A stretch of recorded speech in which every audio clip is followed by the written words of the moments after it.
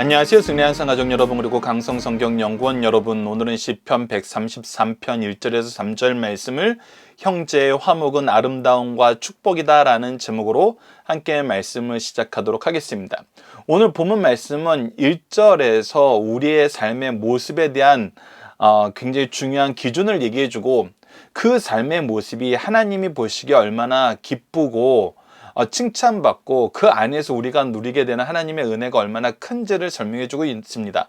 단 3절로 구성되어 있지만 이것이 우리 인생에 너무 중요함을 강조해주고 있습니다. 자, 1절을 봅시다. 보라, 형제가 연합하여 동거함이 어찌 그리 선하고 아름다운고 라고 시작합니다. 자, 여기서 먼저 우리가 봐야 될 것은 형제가 누구냐는 것입니다. 이 부분에 대해서는 본문 다지기를 통해서 우리가 다양한 성경 구조를 통해서 확인하게 될 거지만, 우리가 형제라고 부르게 되는 것은 하나님께서 우리에게 육적인 가족으로 주신 그 형제도 들어가지만 영적으로 하나 되게 하신 바로 그 대상자들입니다. 즉, 우리가 신적 기관이라고 얘기하는 가정과 교회에서 우리가 하나 된 사람들이 바로 형제들입니다. 즉, 하나님의 구원의 은총 속에서 하나님의 계획에 의해서 예수 그리스도를 머리로 삼아 우리로 하나 되게 하시기 위해서 묶으신 바로 그 그룹들이라는 거예요. 그들이 연합하여 동거한다는 것입니다. 그들이 하나가 되었어요. 무엇에 의해서 하나가 되었어요? 하나님의 뜻에 대해서 하나가 되었어요. 그들이 그래서 연합하여서 무엇하고 있어요? 동거하고 있어요. 동거한다는 것은 우리가 무슨 일을 함께하고 있다는 것입니다. 그들 함께하는 것이 뭐예요? 하나님의 계획이에요. 즉, 형제가 연합하여 동거한다는 것은 하나님의 이끄심 안에서 형제가 되었고, 하나님의 뜻으로 연합되었고, 하나님의 계획으로 나아가는 삶을 산다는 것입니다. 이런 것이 나 하나만 이루어지는 것이 아니라 하나님 안에서 부르심을 받은 사람들이 이 모습으로 하나가 되었다는 것입니다. 가정과 교회의 본질이 바로 이것이죠. 그래서 이 모습을 무엇이라고 얘기해 주냐면 어찌 그리 선하고 아름다운 거라고 표현합니다. 이것을 우리가 따르는 것은 하나님의 선을 이루는 것이고, 하나님이 주신 아름다움을 우리가 경험하는 것이란 것입니다. 특히 이 연합 안에서 하나님이 불러주신, 하나님이 이루신 하나님의 뜻을 향하여 하나님의 계획을 실천하는 이 공동체는 그 안에서 선을 이루는데, 그 선의 모습이 무엇이냐면 바로 2절에 나타내주고 있습니다. 머리에 있는 보배로운 기름, 머리에 있는 보배로운 기름은 무엇입니까? 하나님께서 우리에게 주신 기름이에요. 하나님이 우리를 세우실 때 주시는 기름이에요. 그래서 우리가 3가지 직분에 대해서 얘기하죠. 이 기름을 부음을 받고 하나님의 일꾼으로 세우심을 받는 것이 바로 선지자와 제사장과 왕이잖아요. 근데 오늘 본문 말씀은 특히 어디에 포커스를 두냐면 2절 봅시다. 수영 곧 아론의 수염. 아론은 무엇입니까? 대제사장이었어요. 대제사장은 무엇하는 사람입니까? 하나님의 거룩하심으로 나아가게 하는 사람이에요. 하나님의 거룩하심으로 나아가게 하려면 무슨 문제가 해결이 돼요? 죄의 문제가 해결이 돼야 돼요. 그래, 이 보배로운 기름이 아론의 수염에 흘러 그의 옷깃까지 내린 같고라는 것은 무엇이냐면, 이 하나님이 우리를 축복하시고 하나님의 제사장으로서 부르심을 받은 그 뜻이 우리의 삶 속에 아주 풍족하게 성취되는 것을 우리가 맛보게 된다는 것입니다. 이 거룩함의 은혜를 우리가 충만하게 누리게 된다는 거예요. 무엇을 통해서? 형제가 연합하여 동거함을 통해서. 그래서 우리의 이 연합의 모습, 우리의 동거함의 모습은 우리가 무엇으로 나아가는 것을 보여주냐면, 예수 그리스도의 대속의 죽으심 안에서 하나님을 향한 거룩한 모습으로 나아가는 연합의 공동체라는 걸 보게 돼요. 우리의 가정의 모습도, 교회의 모습도 죄의 문제에 대한 해결과 죄에서 벗어나 거룩함으로 나아가게 하는 삶의 모습이 충만하게 나타남으로써 하나님의 선이 무엇인지 드러내는 삶을 사는데, 그 중심에 누가 있냐면 제사장의 직분을 가진 사람들이 있다는 것입니다. 이 사람들이 이 직분을 어떻게 감당해요? 제사장들이 어떻게 이 직분을 감당했습니까? 형제의 연합이 어떻게 이 직분의 모습을 드러내요? 우선 제사장은 어떤 사람이었어요? 우리가 욥기를 통해서 가족의 제사장, 아버지의 제사장 됨의 모습을 보면서 자녀들이 즐겁게 지내고 행복하게 지내지만 그 행복한 삶 이후에 항상 욥이 했던 건 뭐냐면 그들이 부지불식간에 지었던 죄가 있을 수도 있고 그가 정기적으로 죄의 문제에 대해서 하나님의 은혜를 간구함으로써 그가 대신 이 항약제를 드리는 이 제사장의 모습을 보여줬잖아요. 그러니까 제사장이라는 것은 나의 이 공동체의 죄를 내 책임이라고 여기고 예수 그리스도께서 우리에게 보여주셨던 그 모습처럼 우리가 먼저 우리의 죄를 하나님께 회개하고 이 공동체의 회개를 위해서 기도하는 사람이고 이 회개의 역사가 일어나도록 사람들이 이끌어주면서 무엇을 해요? 하나님의 말씀으로 이것을 교육하잖아요. 하나님의 말씀으로 무엇이 죄인지 구분할 수 있도록 교육하는 사람들이 바로 이 제사장들이었어요. 이 제사장들을 통한 이 거룩함의 역사가, 선함의 역사가 우리 공동체 안에 가득 차게 된다는 것입니다. 이것이 하나님께서 이 공동체를 통해서 이루시고자 하시는 너무나 아름다운 모습이라는 거예요. 그래서 우리 공동체 안에서 가장 두드러지게 나타나는 것이 무엇이냐면 때로는 우리가 회개의 역사라고도 얘기하는 것처럼 더 구체적으로는 우리가 죄가 무엇인지 구분하는 공동체가 돼야 돼요. 그리고 지적으로 죄가 무엇인지 구분해요. 그리고 감정적으로 죄를 미워하는 삶을 살아요. 어떻게든 내가 죄를 지어서라도 내가 즐겁게 사는 삶이 아니라 이 죄가 미워하는 것이 내가 즐거운 삶이에요. 이 죄에서 분리되는 것이 하나님과 하나됨으로 내가 참된 평화를 누리는 삶이라는 것을 알고 이 죄를 미워해요. 그리고 의지적으로 이 죄에서 벗어나게 하기 위해서 이 공동체가 함께 수고하는 거예요. 그래서 죄를 짓지 않기 위해서 우리가 가지고 있는 시간과 재능과 물질을 기꺼이 쓸 수 있는 거예요. 기쁘게 쓸 수 있는 거예요. 이것을 개인의 문제로 두지 않고 우리 형제가 연합하여서 동거함으로 해결할 문제라고 생각하는 거예요. 여러분들 이것이 2000년 교회사에서 교회가 보여준 모습이었습니다. 이것이 그래서 얼마나 놀라운 것이냐면 여러분들 도둑질하지 않고 살 수 없었던 사람이 교회 공동체에 들어오니까 물질의 축복을 받으면서 서로의 도움과 서로의 격려와 교육과 삶의 규정을 통해서 규례들을 통해서 그가 그 도둑질하지 않고 살지 못했던 삶에서 벗어나게 되는 거예요. 그래서 때로는 교회가 어떤 모습을 우리 사회에 보여줬습니까? 병원과 같은 모습을 보여줬잖아요. 아픈 사람이 들어왔는데 이 아픈 부분이 치료돼서 나가는 거예요. 영적으로 병들었던 부분이 치료돼서 나가는 거예요. 윤리적으로 병들었던 부분이 치료돼서 나가는 거예요. 근데 나갈 때 나가서 이제 다시 옛날 삶으로 살아 이게 아니라 교회 안에서 이 형제의 연합을 동거함을 경험했던 사람들은 이제 나가서 무슨 삶을 살아요? 자기가 치료해주는 삶을 살아요. 자기가 치료해주는 삶을 사는 것입니다. 여러분들 그래서 우리 교회 공동체 안에 들어와서 이 연합하는 모습이 정말 우리의 연약함, 우리의 죄악됨, 우리의 미련함이 정말 새롭게 되는 놀라운 역사를 우리가 보게 되는 거예요. 우리 가정과 교회는 바로 형제가 연합하여 동거하는 누구의 기준으로? 하나님의 이끄심과 하나님의 뜻과 하나님의 계획으로. 그리고 나서 아름다움에 대한 모습은 이게 너무나 놀라운 것입니다. 3절을 보면 헐몬의 이스라엘 시온의 산들의 내인 같다. 헐몬산은 여러분들 이스라엘 맨 북쪽에 있는 3,000m가 넘는 아주 고산지대예요. 이곳이 맨 꼭대기는 만년설로 뒤덮여 있어요. 근데 이 만년설이 있다는 것이 여러분들 이 이스라엘 지역에 신비를 더해주는데 사실 여러분들 갈릴리 호수를 보면은 이 호수라는 것이 비가 와서 빗물이 쌓여서 남아 있어야 되잖아요. 근데 이스라엘 지역은 우리가 잘 알다시피 미국의 LA 지역 이런 지역하고 비슷한 기후인데 물이 별로 없어요. 비가 별로 안 와요. 근데 갈릴리 그 큰 호수에 물이 가득 차 있잖아요. 그것이 어떻게 된 거냐면 이 헐몬의 빙하들이 계속 만년설로 쌓여서 그곳에 있던 빙하들이 녹아내리면서 시내를 형성하고 이 시냇물들이 모여서 이 큰 강을, 그래서 생명의 근원인 물이 하나님이 주시는 하나님의 은총으로 내려옴을 우리에게 상징적으로 보여주는 너무나 중요한 지형에 하나님이 이스라엘 민족을 갖다 놓으신 거예요. 그래서 하나님의 축복을 상징을 해요. 하나님의 은총을 상징을 해요.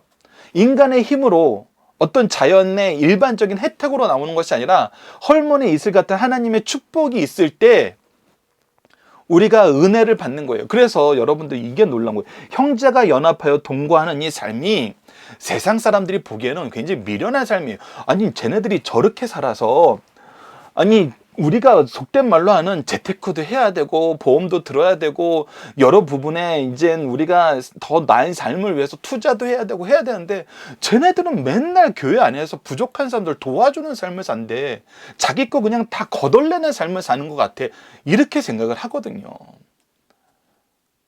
사실 그래서 교회에서 막 작정하여서 하나님의 말씀에 감동하여서 이 지금 현재 놓여진 문제에 우리가 이 일을 해결해야 된다고 생각하면서 정말 힘써 물질로, 그의 시간으로, 그의 재능으로 헌신하는 사람들 보면은 사람들이 미치려 그래요. 아니 돈을 다 교회에다 갖다 부을 거야? 너 시간을 다 교회에다 갖다 부을 거야? 네가 가지고 있는 재능들 다 교회에다 갖다 부을 거야? 사람들 눈에는 그렇게 보이는 거거든요. 근데 그것이 그렇지 않은 것을 나중에 사람들도 알잖아요. 아니 우리가 보기에는 11조도 정말 미치는 짓인 것 같은데 자기가 가진 것으로 정말 헌신하는 삶의 사람들을 보면은 도대체 쟤네들한테 뭐가 남을까 했는데, 여러분들 시간이 흘러보면 누가 더 충만한 삶을 살아요? 누가 더 안전한 삶을 살아요? 누가 더 평안한 삶을 살아요? 누가 더 행복한 삶을 살아요? 누가 더 많이 공급받는 삶을 살아요? 헐몬의 이슬 같은 하나님의 축복을 받는 사람들이 훨씬 더 아름다운 삶을 삽니다. 그리고 그들에게 무엇이 있음을 발견하게 돼요. 여호와께서 복을 명령하셨나니 곧 영생이로다. 이 복이 한 시대에 잠깐 있다 사라지는 것이 아니에요. 우리에게 주시는 영원한 생명이에요. 그래서 우리가 가진 시간과 재능과 물질을 하나님이 이끄신 형제들과 함께 하나님의 뜻 안에서 하나님의 계획을 따라 쓰는 것이 하나님이 주시는 축복의 근원이고 축복의 통로이고 축복의 결과라는 걸 알게 된다는 것입니다. 하나님이 시작하여서 하나님이 그 과정을 인도하시고 하나님이 결과를 책임져 주시는 이 삶을 우리가 노려보면은 여러분들 완전히 다른 생각을 하게 돼요. 그래서 시편 133편 1절로 3절은 이 선함과 아름다움의 모습을 우리 교회와 가정이 어떻게 이루게 되고 어떻게 경험하게 되고 어떻게 선포하게 되는지를, 어떻게 계승하게 되는지를 가르쳐줘요. 근데 우리는 여전히 세상적인 관점과 세상적인 지식과 세상적인 어떤 방법을 사실 하나님이 주신 말씀보다 더 많이 경험하고 더 많이 그 사상에 빠져 살아요. 그래서 항상 이것이 어떻게 해야 되는 것이 온전한 것인지 바른 것인지 깨닫지 못해요. 그래서 이것을 한다 하면서도 우리가 잘못 적용하는 경우도 많아요. 그래서 성경은 이런 부분에 대해서 계속 우리를 교훈합니다. 특히 지금은 이제 고린도후서 말씀과 에베소서 말씀을 통해서 보지만 우리가 좀 이따가 본문 다지기와 본문 적용하기 위해서는 좀 더 다양한 말씀을 통해서 오늘 본문을 좀 더 규모 있게 보도록 하겠습니다. 우선 그래서 우리가 개념을 바꾸기에 필요한 중요한 말씀이 고린도후서 8장 13절로 14절 말씀과 에베소서 4장 말씀이에요. 자, 먼저 8장 13절과 14절을 보시죠. 이는 다른 사람을 평안하게 하고 너희는 공고하게 하려는 한 것이 아니요. 이것은 무엇이냐면 우리가 가진 시간과 재능과 물질로 우리가 서로 돕는 삶을 살아야 된다는 거예요. 우리가 주는 삶을 살아요. 우리가 사도행전 2장의 초대교회의 모습을 보면서 도대체 어떻게 이것이 일어났을까? 이것이 일어날 수 있는 이유가 무엇이고 어떻게 이것이 바르게 우리 삶에 적용될까? 얘기했을 때 우리가 축복의 통로가 되는 거라 그랬잖아요. 근데 이것을 보면은 우리가 일반적인 개념으로 보면은 받아 먹는 사람들은 너무나 쉽게 받아 먹고 그냥 룰루랄라 하는 것 같고, 때로는 네가 받은 거 하나님의 축복이니까 나한테 주는 것이 당연해 하고 막 말도 안 되게 스스로 요구하고 안 주면은 막 공격하는 사람들도 있어요. 우리가 이런 거 보거든요. 그래서 이것을 보면은 마치 고생은 내가 다 하고 그것을 누리는 거는 상대방만 누리는 것 같아요. 그럴 때 이 말씀을 주시는 거예요. 이는 다른 사람들은 평안하게 하고 너희는 공고하는 것이 아니요. 그럼 나는 고생만 해야 돼? 그것이 아니라 균등하게 하려 함이니. 이는 이제 너희의 넉넉한 것으로 그들의 부족한 것을 보충함으로, 하나님께서는 그래서 우리에게 이 은혜가 어떻게 왔는지부터 가르쳐요. 네가 이 은혜를 어떻게 받았는지 생각해봐라. 네가 이 지식을 어떻게 받았는지 생각해봐라. 네가 이 재능을 어떻게 받았는지 생각해봐라. 네가 이 물질을 어떻게 받았는지 생각해봐라. 하나님은 이것을 주시기 위해서 우리를 위해서 미리 준비해 주신 사람들, 준비해 주신 환경들, 준비해 주신 여건들, 준비해 주신 능력들을, 준비해 주신 시간들을 너무나 풍족하게 해주셨어요. 그래서 다른 사람들은 얻을 수 없는 것을 우리로 하여금 얻게 하셨어요. 이것이 은혜로서 우리에게 받아들여진 것이고, 이 은혜를 주신 이유를 너희들이 이제 알아야 된다는 거예요. 그 은혜를 주신 이유는 너희들에게 넉넉하게 줘서 부족한 사람들에게 보충하게 한 다음에, 네가 은혜의 통로가 되게 만든 다음에, 그 다음에 어떻게 그들의 넉넉한 것으로 너희의 부족한 것을 보충하여, 즉 그들의 풍족하게 받은 것이 이제 너에게 옴으로써 너를 향한 축복의 통로가 된다는 거예요.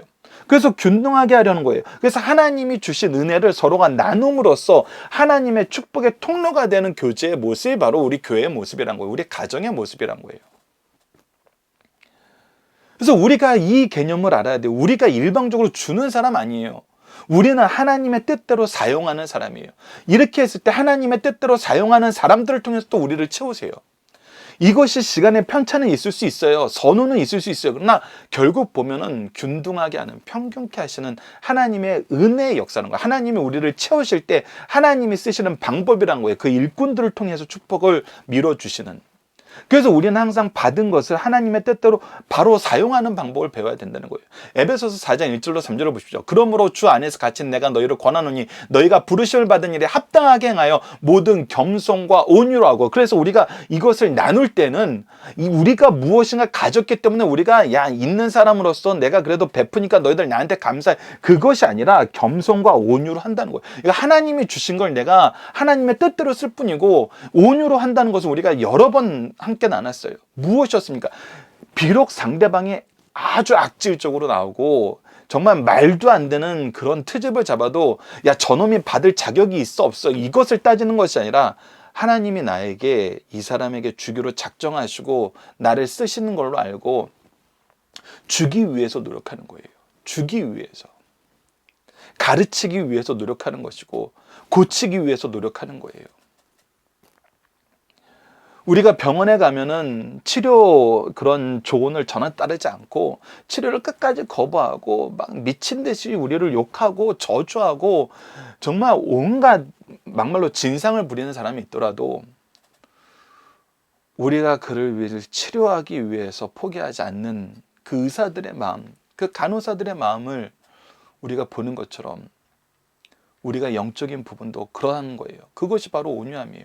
그리고 오래 참음으로 사랑 가운데서 성장하는. 그래서 이것을 포기하지 않는 거예요. 그래서 이것이 사랑이에요. 이것이 용납하는 거예요. 그래서 무엇을 이루는 거예요? 평안에 매는 줄로 성령이 하나 되게 하신 것을 힘써 지키는 것이 바로 우리가 형제 연합을 위해서 먼저 받은 우리가 값없이 행해야 되는 하나님의 뜻과 계획인 거예요. 그래서 그 안에서 우리는 무엇을 발견하냐면 에베소서 4장 7절입니다. 우리 각 사람에게 그리스도의 선물의 분량대로 은혜를 주셨느니. 분명히 얘기한 거예요. 이 은혜는 그리스도께서 주신 선물이고, 이것은 우리에게 어떻게 주셨냐면 우리의 분량대로 쓰셨어요. 우리가 잘 쓸 수 있는 양으로 측정해서 주셨다는 거예요. 그래서 이 양이 중요한 것이 아니에요. 여기에는 충성이 중요한 거예요. 여러분들 이것은 정말 또 회사를 보면 되게 잘 알아요. 여러분들 회사를 보면은 각각의 직업 그 부서가 있어요.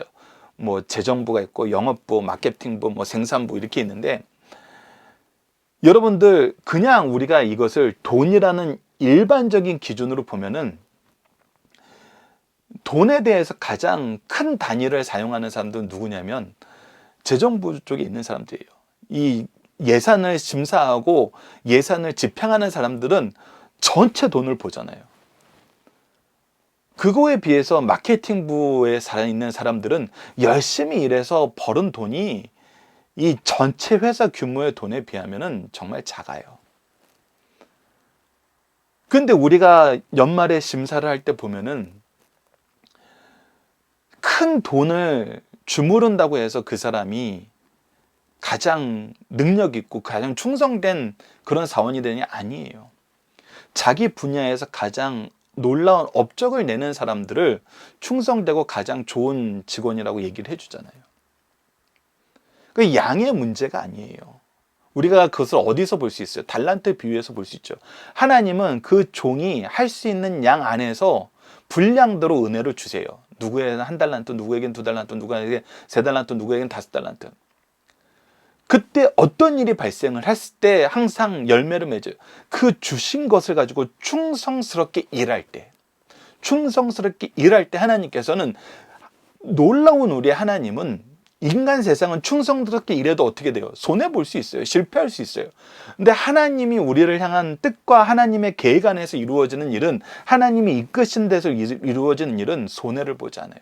항상 열매를 맺어요. 그것이 달란트 비유가 가르쳐 주는 거예요. 근데 그것에 충성하지 않은 사람만 어떻게 됐어요? 아무런 열매도 없는 거였어요. 그래서 이 은혜의 분량을 우리가 어떻게 사용하느냐, 충성스럽게 사용하는 거. 우리가 지금 1절에서 3절, 에베소 4장 1절에서 3절 말씀처럼 본 것처럼 사용하는 거. 그럴 때 우리가 어떤 결과를 맞이하게 되냐면 4장 16절입니다. 그에게 온몸이 각 마디를 통하여 도움을 받음으로 연결되고, 하나님은 우리에게 서로가 축복의 통로가 되게 만드셨다는 거예요. 결합되어 각 지체의 분량대로 역사해요. 그래서 우리에게 맡기신 일을 충성스럽게 할 수 있도록 만드셨어요. 그 몸을 자라게 하여 사랑 안에서 스스로 채워가는 일. 그것이 바로 장성한 신자의 신앙의 모습을 이룬 가정과 교회의 모습으로 세워져 가도록 하시는 하나님이 세우신 제도와 시스템인 거예요. 이것을 누리는 삶의 모습을 지금 시편 133편은 우리에게 이렇게 간략하게 보여주면서 경험하게 하는 것입니다. 그래서 여러분들 잊으시면 안 돼요. 우리 각자가 지금 이 자리에 있게 된 거, 이건 하나님의 은혜예요. 그리스도의 선물을 분량대로 주신 하나님의 은혜의 역사예요. 그리고 이 은혜는 어떻게 써야 돼요? 우리가 은혜의 통로가 되도록 써야 돼요. 그래서 하나님의 이끄심, 하나님의 뜻, 하나님의 계획을 우리가 교회와 가정에서 가장 잘 발견하는 사람이 정말 가장 지혜로운 사람이고 가장 하나님의 은혜의 충만하심을 누린 사람이 되는 거예요. 이런 사람들이 우리를 위해서 세워진 아론과 같은 대제사장이 되는 거예요. 우리를 위해서 세워진 다윗 왕과 같은 사람이 되는 거예요. 우리를 위해서 세워진 사무엘 선지자와 이사야 선지자 같은 사람들이 되는 거예요. 하나님을 아는 지혜와 하나님을 향하여 나아가는 거룩함과 하나님의 의를 이루는 삶의 모습을 우리에게 끊임없이 보여주므로 이 하나님이 기뻐하시는 삶의 모습을 끊임없이 만들어가도록 먼저 헌신하고 먼저 수고하고 먼저 눈물 흘리고 먼저 사랑하고 먼저 섬기고 먼저 열매 맺는 거예요. 그리고 이를 통해 이 사람들을 통해서 양육받은 사람들은 또 이 열매 맺는 삶을 살고 먼저 사랑하는 삶을 사는 거예요. 그랬을 때 우리가 사도행전 마지막 부분에 특히 사도행전 3차 선교 여행을 통해서 우리에게 보여줬던 것은 사도 바울만 일하는 것이 아니라 사도 바울의 동역자들이 사방에 흩어져서 각 교회를 돌보면서 정말 놀라운 열매를 함께 나누게 되었던 것처럼 우리 교회와 가정은 하나님이 주신 축복 안에서 영생의 복을 누리면서 이 영생의 복을 더 많이 나눠주고 더 많은 열매를 맺고 더 많은 일을 맡기는 하나님이 기뻐하시는 가정과 교회가 되는 것입니다. 자, 본문 묵상입니다. 형제의 연합, 하나님이 주신 사랑하는 사람들과 하나됨에 대한 하나님의 칭찬은 무엇입니까? 이것이 너무 선하고 아름답다는 거예요. 하나님이 너무 기뻐하시는 바로 그 모습이라는 거예요. 이 모습은 왜 아론에게 주어진 보배로운 기름으로 표현됐습니까? 이 안에서 우리가 하나님이 주시는 거룩함을 맛볼 수 있기 때문이에요. 교회와 가정은 여러분들 죄의 문제를 해결하시는 하나님의 구속의 역사를 맛보게 하시기 위해서 주신 하나님이 세우신 신적 기관이에요. 그래서 이곳의 첫 번째 모습은 바로 이 선을 이루는 거예요.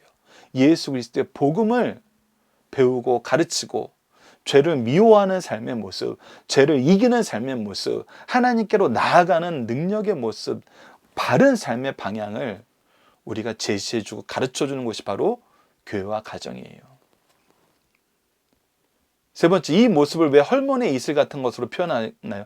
바로 그것은 하나님이 주시는 주권적인 은총이 있는 곳이기 때문이에요. 이 연합을 통해서 하나님이 주시기 기뻐하는 것은 무엇입니까? 바로 영생이에요. 하나님과 영원히 함께함. 여러분들 영생에는 정말 시간적인 영생도 있지만 그 영생의 모습도 우리는 분명히 알아야 돼요. 요한계시록을 통해서 우리에게 끊임없이 우리에게 가르쳐 주셨던 것처럼 성경 전체를 통해서 하나님이 이 영생을 주시는 모습의 더 핵심적인 모습이 뭐냐면 우리가 하나님과 함께 영원이라는 거예요. 하나님과 함께 하지 않은 영생은 뭐예요? 지옥의 심판이에요, 여러분들. 이 중요한 차이를 우리가 이해를 하셔야 돼요. 하나님과 함께하는 영생이에요. 이것을 여러분들 잘 기억하시고 하나님과 함께함이 얼마나 중요한 것인지, 이 하나님과 함께함을 충만하게 누리는 것이 바로 형제가 연합하여 동거하는 모습이라는 것을 기억하셔야 됩니다. 자, 시편 133편의 시제는 형제 사랑에 대한 찬미요 표제는 다윗의 시 곧 성전에 올라가는 노래입니다. 이 세상의 특징 중 하나가 혼란과 분열이라면 성도의 특징 중 하나는 우애와 연합입니다. 주의 백성들은 형제 성도 간에 서로 화목합니다. 여기서 형제는 육신적 형제를 배제하는 것은 아니지만 주로 영적 형제를 말하고 있습니다. 자, 첫 번째, 형제의 화목은 얼마나 선하고 아름다운 일인가라는 것입니다. 세상 사람들은 주로 불화, 혼란, 분열, 갈등 등을 겪습니다. 얼마나 가슴 아프고 불행한 일입니까? 그러나 주 안에 있는 형제들은 성전, 교회에서 하나가 되어 예배드리고 하나님의 영광을 삶의 목적으로 삼아 삶 속에서 협동하고 상호 존중하고 사랑합니다. 이러한 모습은 그 어떤 것보다도 선하고 아름답다는 것입니다. 두 번째, 형제의 화목은 거룩함과 치유와 향기로움이 있다는 것입니다.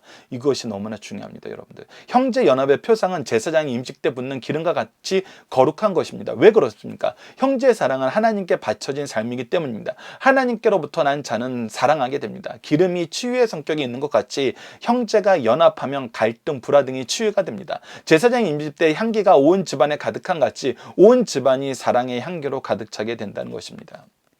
그래서 하나님의 사랑, 하나님의 은혜, 하나님의 거룩함, 하나님의 의를 배우는 것이, 이것을 경험하는 것이, 이것을 계승하는 것이 바로 이 연합에 나타난 가장 중요한 것이고, 우리를 영적인 리더로 가정에서, 교회에서 세우신 이유라는 것입니다.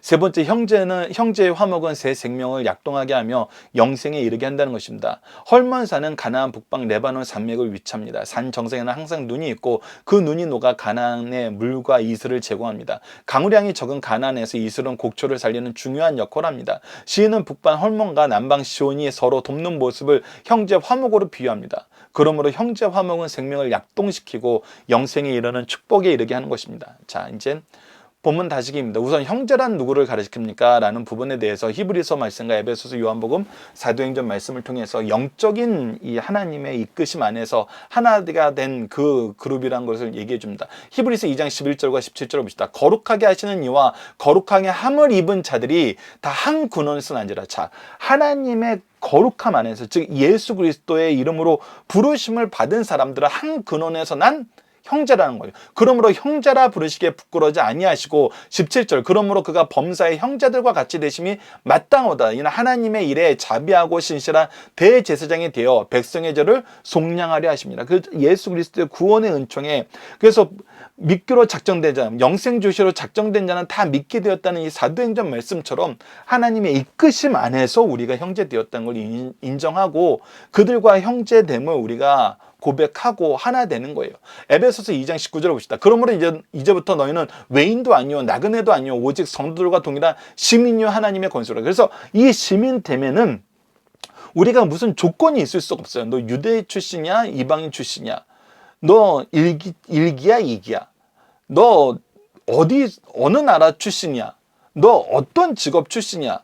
너 생활 수준이 어느 정도 되던 사람이야? 이거 전혀 쓸모없는 거라는 거예요. 오직 하나님의 부르심, 예수 그리스도의 은혜. 이것만 보시면 된다는 거예요. 요한복음 18장 9절을 봅시다. 이는 하나님께서 내게 주신 자 중에 하나도 잃지 아니하였사옵나이다 하신 말씀을 응하게 하려 함이라. 그래서 이것은 하나님의 계획 안에서 부르신 것이기 때문에 하나님의 부르심이, 하나님의 뜻이, 하나님의 계획이, 하나님의 이루심이 형제의 모습이란 거. 그 안에서 동거하고 연합하는 거.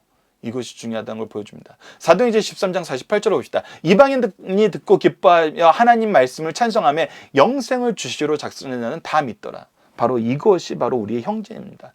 하나님의 이끄심 안에서 하나 되게 된 존재들. 대표적인 것이 어디라고요? 가정과 교회라고요. 가정과 교회. 그래서 이곳이 아름다운 곳이고 이곳이 선한 곳이고 이곳이 하나님의 뜻이 이루어지는 곳이라는 겁니다. 하나님이 그렇게 인도하셨어요. 자, 이제 본문 적용합니다. 이 부분 앞부분에서 봤던 부분과 이제 중복되는 부분도 있고 추가되는 부분도 있습니다. 형제 성도는 우리에게 어떤 의미입니까? 성도의 교제 하나됨이 주는 의미는 무엇입니까? 형제 성도는 우리에게 정말 하나님이 날 위해 준비한 존재들이고 나 또한 하나님의 준비하심 속에서 그들을 위한 하나님의 축복의 통로가 되는 거예요. 여러분들 이것을 잘 이해하셔야 돼요. 제가 청소년 아이들과 수련회를 가면은 가장 먼저 하는 것이 성경의 인물들을 이 성경 순서대로 적어놔요. 아담, 아브라함, 모세, 다윗, 베드로 이렇게 해요.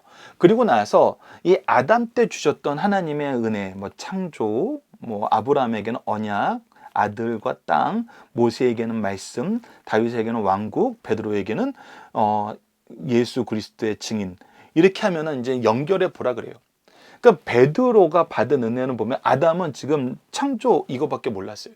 그러나 아브라함은 뭐예요? 창조와 자기 민족을 대한 언약, 아들의 언약. 모세는 다윗은 위에 거 전부. 베드로는 위에 거부터 예수 그리스도의 증인.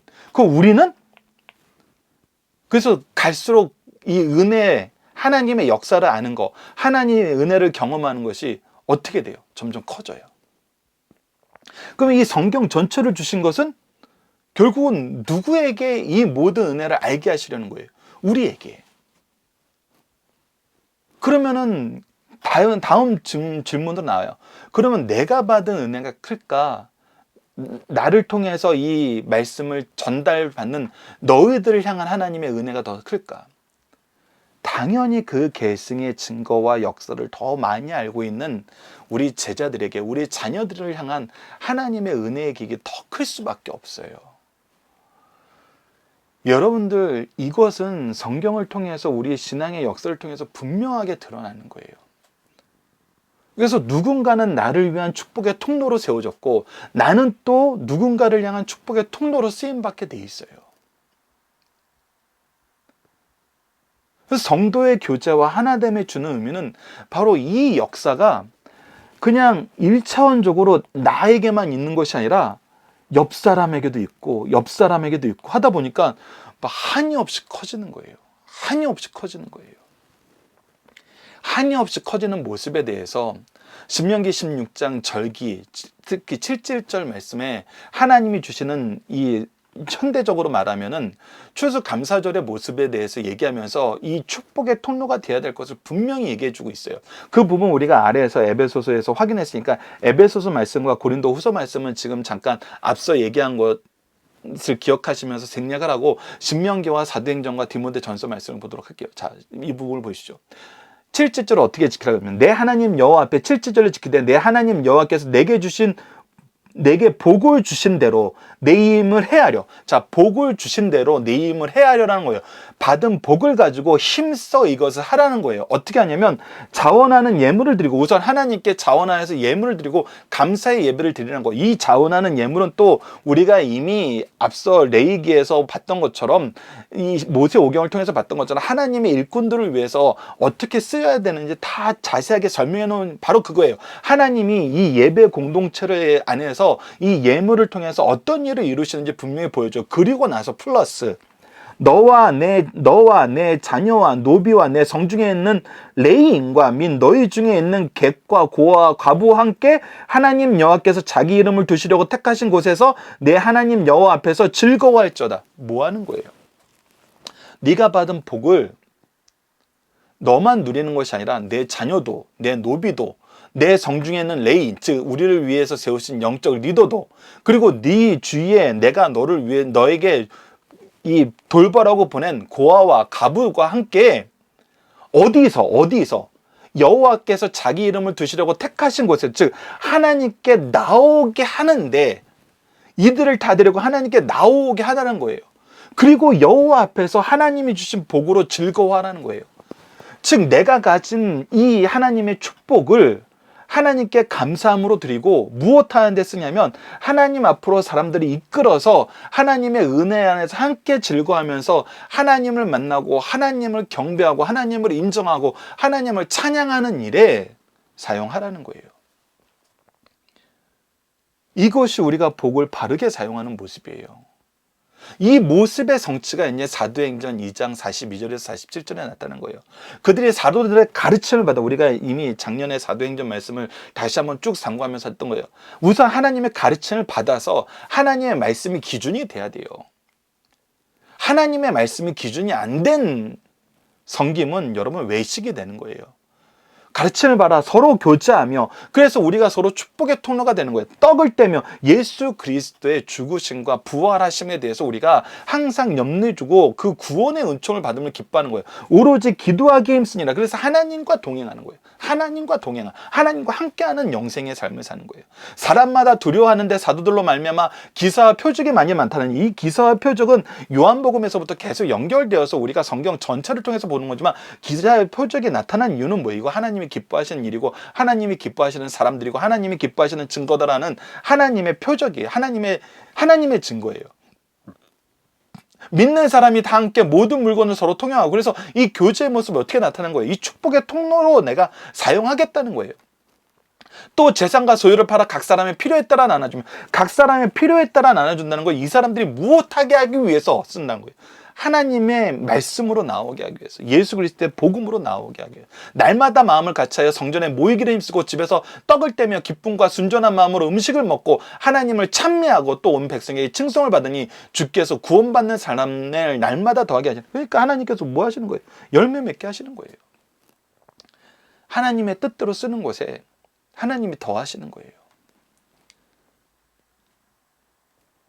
그것을 우리가 이제 고린도후서 8장과 에베소서 4장 말씀을 통해서 확인한 거고, 지금 현재 여러분들께서 추가적으로 중요하게 보셔야 되는 거, 이것을 안 하는 거, 이거 개인의 선택이니까 개인의 취향을 존중해야 되는 거 아닙니까? 라고 얘기하는 사람들도 있어요. 근데 디모데전서 5장 8절에 반드시 이 부분에 대한 경고를 주십니다. 누구든지 자기 친족, 특히 자기 가족을 돌보지 아니하면 뭐 어떤 사람이다? 믿음을 배반한 자요, 불신자보다 더 악한 자니라. 왜 그래요? 우리는 하나님의 은혜를 충만하게 받았어요. 하나님의 뜻 안에서 이끄심을 받았고, 하나님의 계획 안에서 하나님의 능력을 받았어요. 은혜를 받았어요. 근데 이 은혜를 어떻게 하는 거예요? 내가 원하는 대로 쓰겠다는 거예요. 달란트를 땅에 묻어놓은 사람처럼, 내가 필요 없는 거 괜히 나 일 시켜서 더 벌으려고 주인이 나한테 이 달란트 맡겼어, 이렇게 생각하는 거란 거예요. 은혜를 짐으로, 그리고 자기가 원하는 삶을 사는 것이 내가 왕의 종된, 주인의 종된 모습이라고 생각하는 거예요. 그래서 그 이름으로 내가 원하는 일을 하고 싶어요. 그런 자들은 분명히 얘기합니다. 믿음을 배반한 자요 불신자보다 더 악한 자니라는 거예요. 이 경고를 여러분들 신중하게 들으셔야 됩니다. 자, 이번 주 공동 기도 제목은 하나님의 속죄의 은혜 안에서 감사와 순종의 삶을 살게 하시고 하나님의 뜻을 이루는 가정과 교회가 되게 하여 주소서입니다. 오늘 본문 말씀을 통해서는 조금 전에 적용하기 문제에 대한 해답도 해당됩니다. 우리가 맺고 있는 모든 관계는 하나님과의 관계가 기초가 됨을 보게 하시니 감사합니다. 우리에게 주신 모든 은혜로 서로를 향한 은혜의 통로로서 연결되게 하시고 때로는 하나님이 주신 사랑을 받아 내리 사랑을 실천하게 하시고 때로는 동역자로 서로 돕게 하시고 우리가 연약할 때는 하나님의 은혜의 통로로 우리의 가정을, 교회를, 이웃을 허락하심을 감사합니다.